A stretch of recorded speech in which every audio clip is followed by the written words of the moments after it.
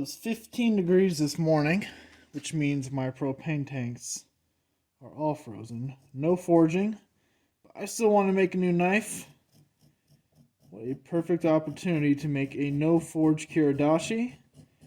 This is a US-made file that has been tempered in the oven twice at 400 degrees each cycle for an hour and a half. So it's nicely tempered. It's already been heat treated from the factory, which means I don't have to use a forge. Nice no forge project here. Cool little Kiridashi shape. Let's get to the bandsaw.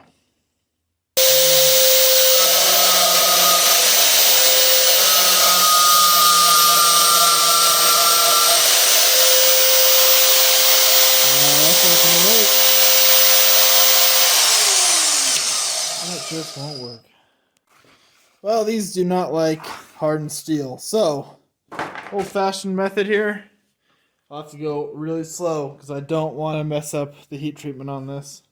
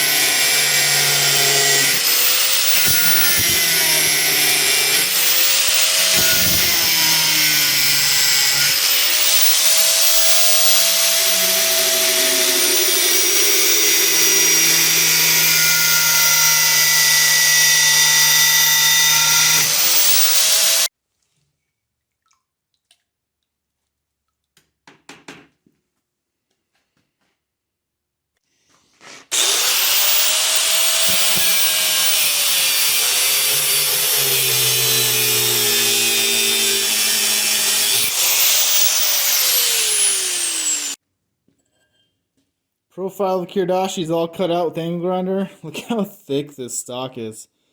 What a beast. This is well over a 1/4 inch. But we're going to finalize the profile on the bench grinder. Now you could do this with angle grinder if you want to, but this is a lot more precise and faster. So I'm going to go ahead and use the tools that I've got.